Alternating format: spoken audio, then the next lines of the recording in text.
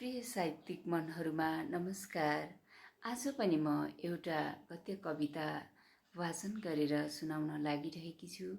अवश्य पनि सुनेर प्रतिक्रिया दिनुहुन्छ भन्ने मैले विश्वास लिएकी छु। मेरो गद्य कविताको शीर्षक छ शिखर।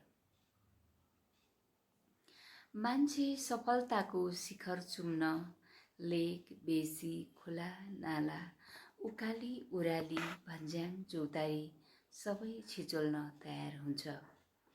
शिखर चुम्न कहाँ सजिलो छ र? समय, परिस्थिति, लगाव सबै मिल्नुपर्छ। देखेको क्षितिज त्यही ठाउँमा पुगेपछि अर्कै डाँडासँग जोडिन पुग्छ। त्यस्तै जिन्दगीमा हरेक मोडहरू आइदिन्छन्।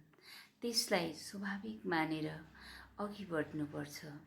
शिखरको यात्रामा निरन्तर पछ्याइरहनु जबसम्म मनले सोचेको शिखर भेट्दैन र देख्दैन। सहज छैन यात्रा, सहज छैन वातावरण। सोचे जस्तो साथ, सहयोग, सद्भाव सबै कुरा पाइन्न।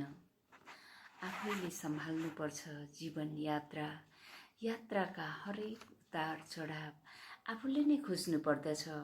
हरेक बाटोहरू आशा भरोसामा जीवन बिताउँदा जिन्दगी अभिशाप बन्नेछ।